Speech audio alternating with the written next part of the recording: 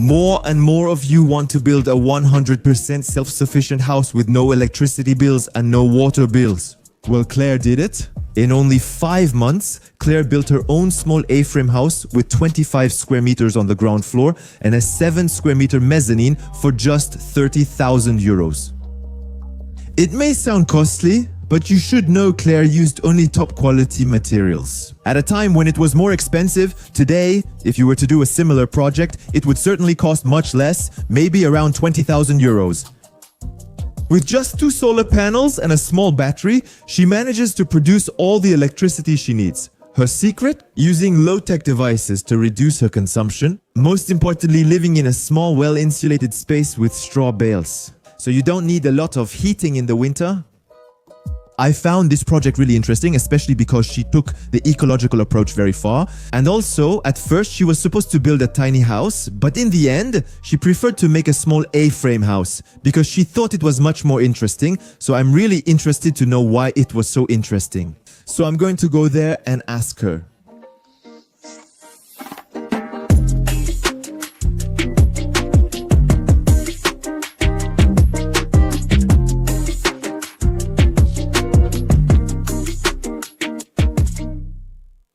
Well, welcome to the casa. You are in my little reversible A-frame home.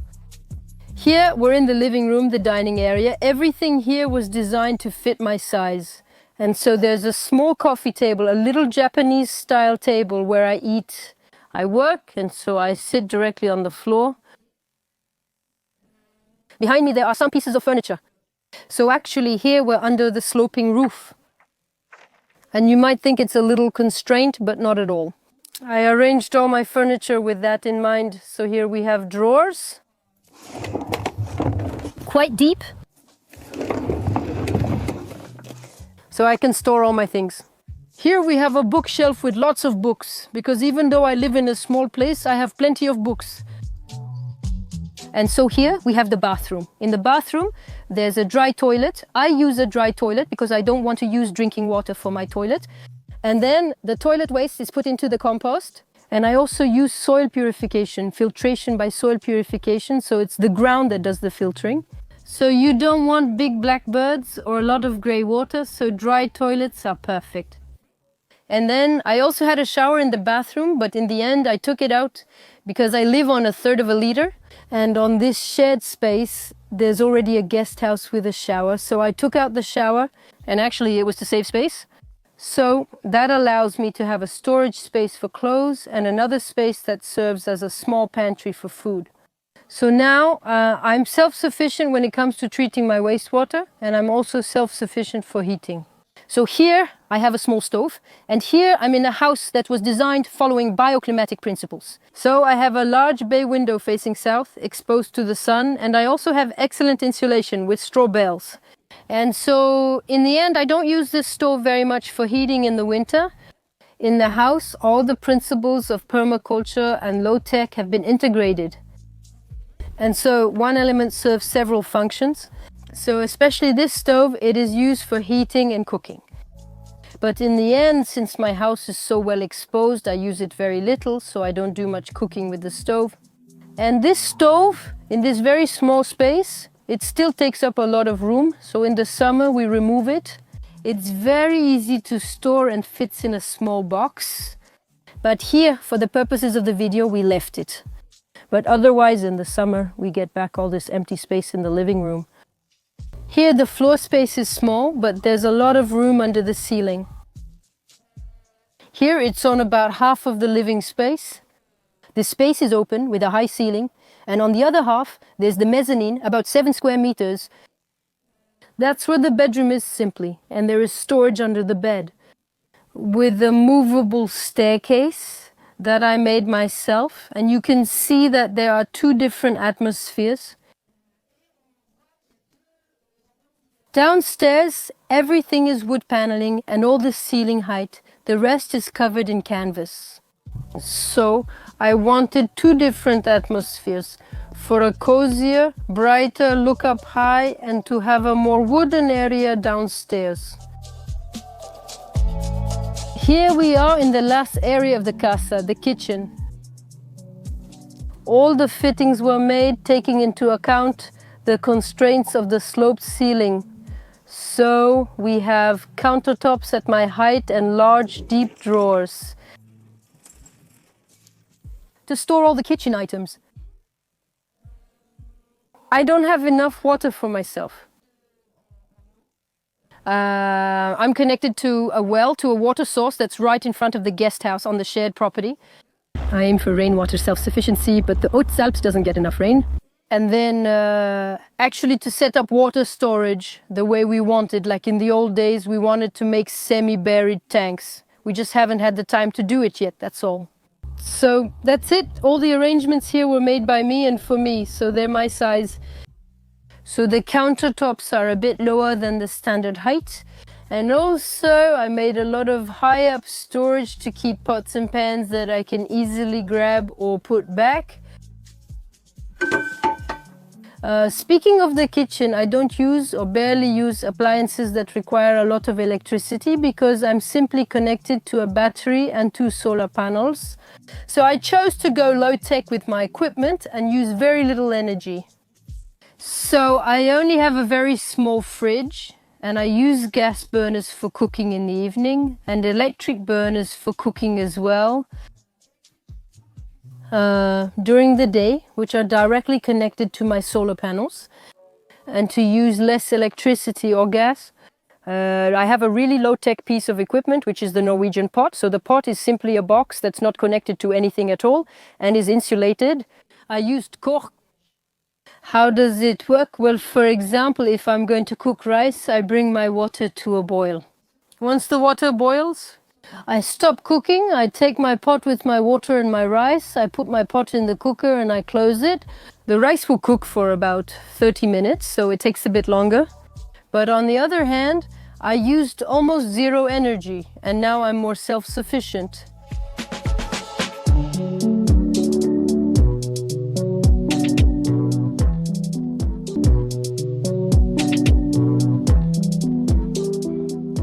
I find Claire's project really extremely relevant because it's not just about building an eco-friendly house, but also rethinking your way of living to reduce your impact on the environment. In her case, self-sufficiency was both a necessity due to the location and a wish to live simply. By truly understanding what it means to heat your home, to cook, to have electricity and so on, her project is very similar to a tiny house, so we might wonder why she didn't just build a traditional tiny house. What were the advantages of building a small A-frame house instead?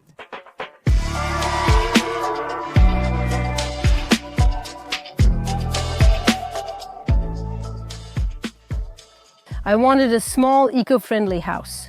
It was important to me that it be eco-friendly, low-tech and permacultural. When you think of small and eco-friendly living today, you often think of a tiny house. Ultimately, I didn't choose the tiny house for several reasons. Mainly, a tiny house needs to be movable, and so you have to buy a trailer. But a trailer is a third of the construction cost, so it's not very economical.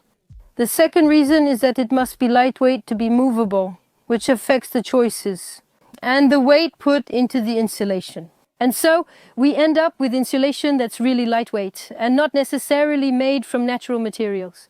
And so it creates a structure that is neither economical nor ecological. So that didn't work for me. I searched for different houses.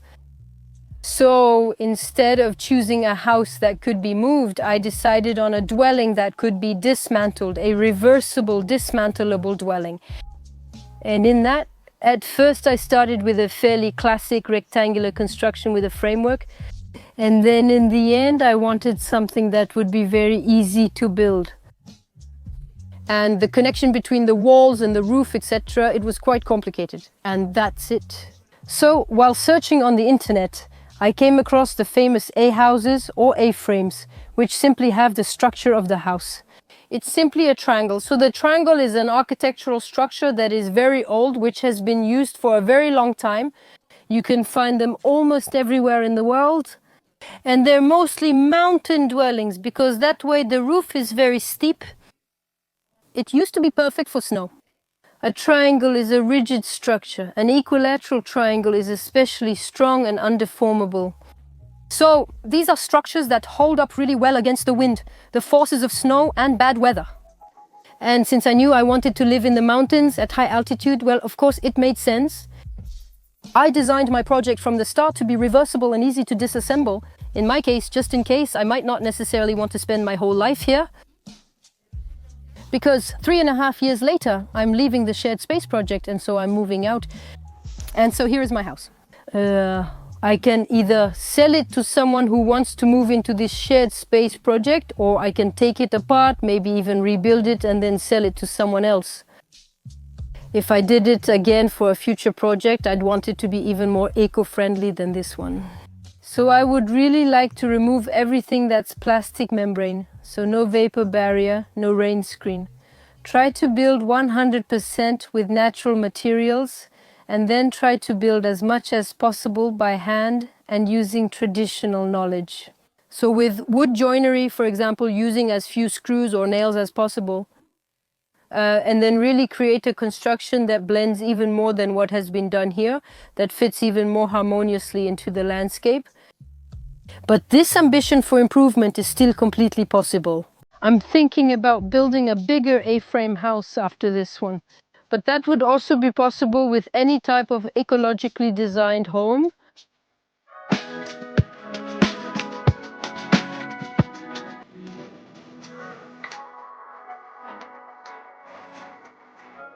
For the past few years, A-frame houses have really been gaining in popularity. I'm increasingly interested in this type of construction, even though we haven't reported on it yet. It's gaining in popularity because actually it's a really inexpensive type of construction, ultra simple to do, even as a self-build. You can make A-frame houses that are extremely eco-friendly without any problem. Most importantly, the final design looks beautiful. You can go for a tiny A like what Claire did, or an A-frame house of several hundred square meters, such as what Salome or Elizabeth did. To better understand how to build an A-frame house from A to Z, I asked Claire to walk me through her construction process, step by step.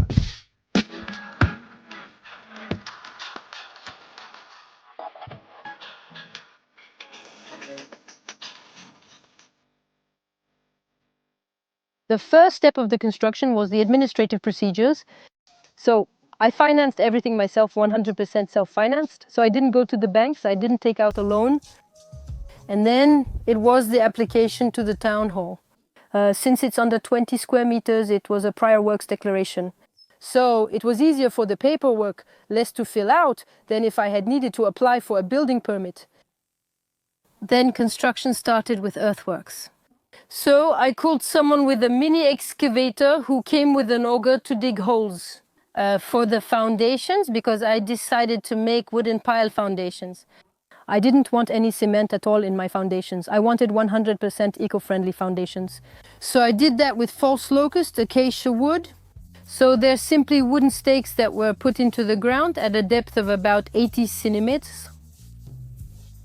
So we made holes, we drove these wooden stakes into the ground, and we filled the holes back in with gravel and stones. And then that gave me my 19 holes, which served as the foundation for the slab.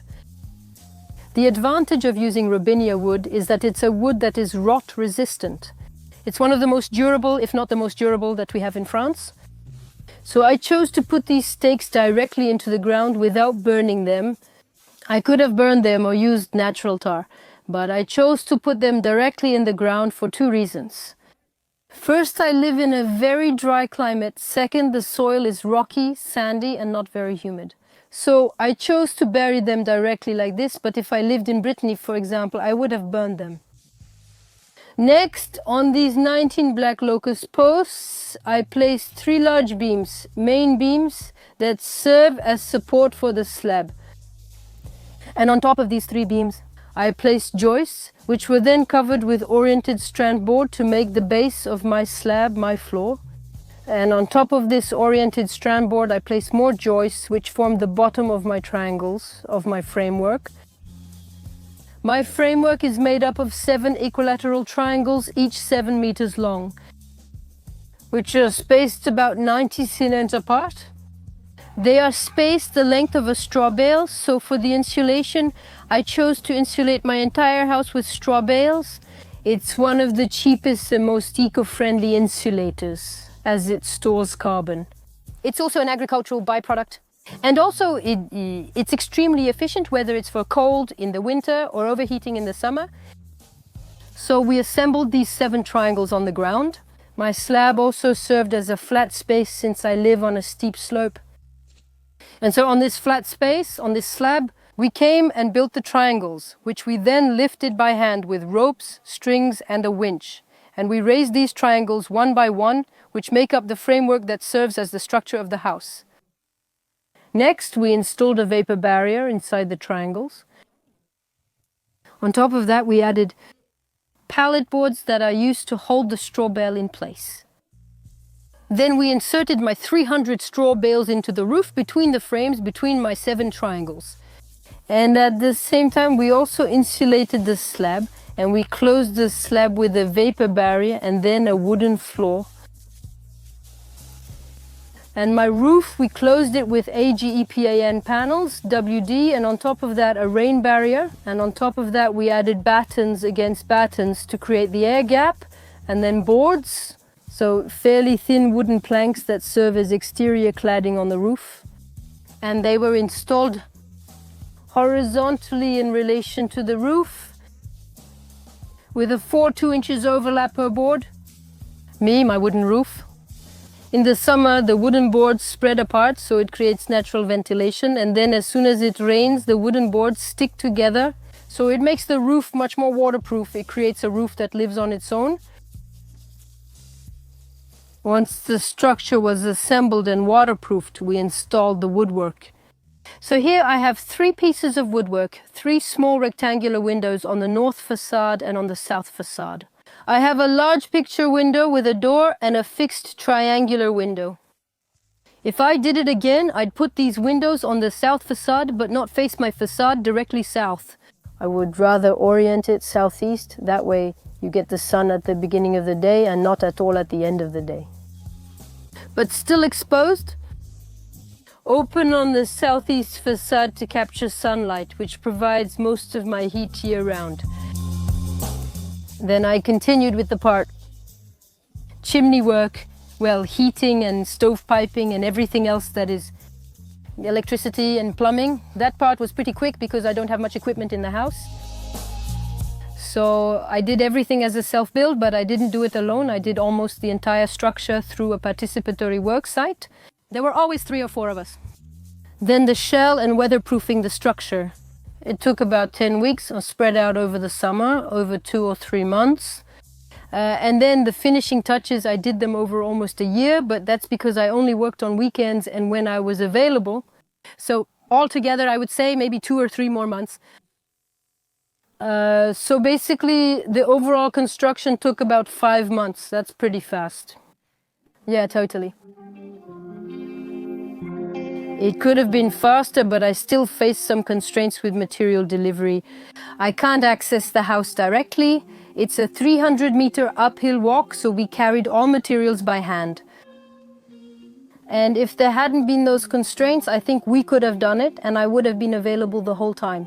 I think in 3 months, something like that, it would have been possible to do everything.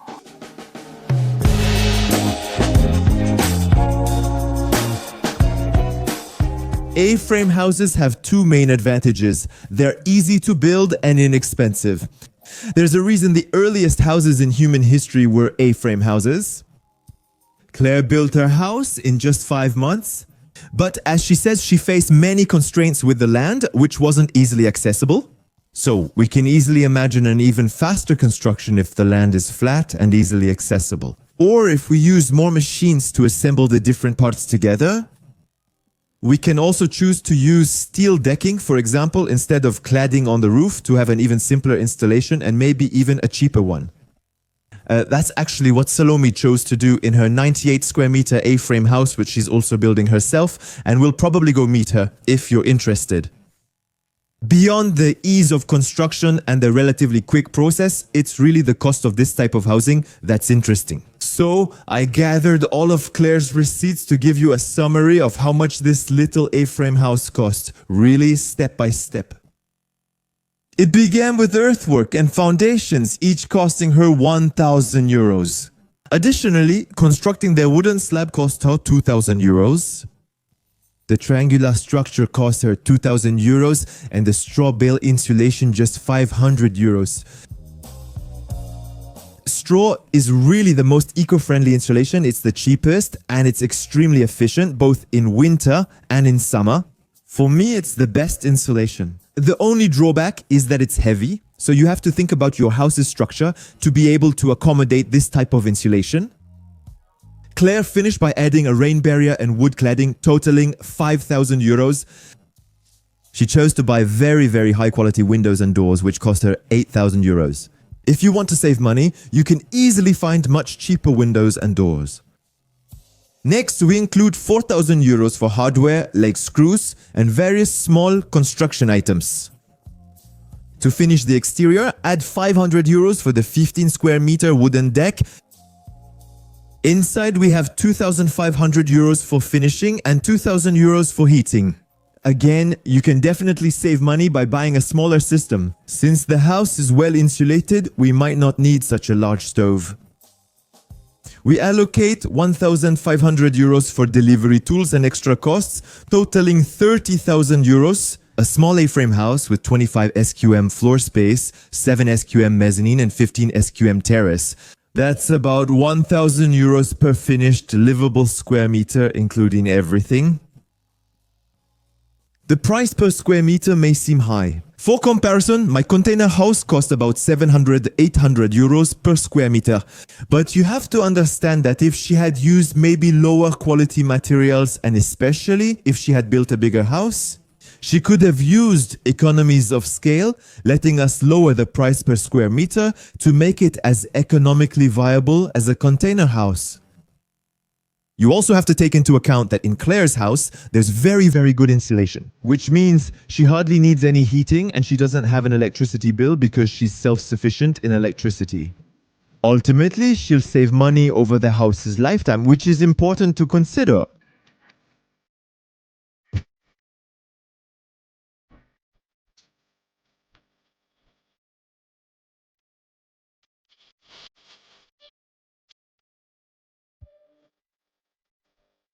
I hope this report about this A-frame house, the casa as Claire calls it, has inspired you for your future house projects. And if you're interested, I strongly encourage you to check out Salome's YouTube channel, where she shows the entire construction of her A-frame house. And the magnificent documentary about Elizabeth's A-frame house, which is truly a reference on the subject. Feel free to let me know in the comments what you think about this type of house, and if you have any ideas for reports on eco-friendly homes that I could go visit, let me know. I put my email in the description, and I also put my email in the comments. You have many ways to reach me. Contact me. I might be interested. We're looking for this kind of unique, eco-friendly and economical project. Subscribe to catch upcoming reports. Thanks for watching until the end. See you soon. Bye.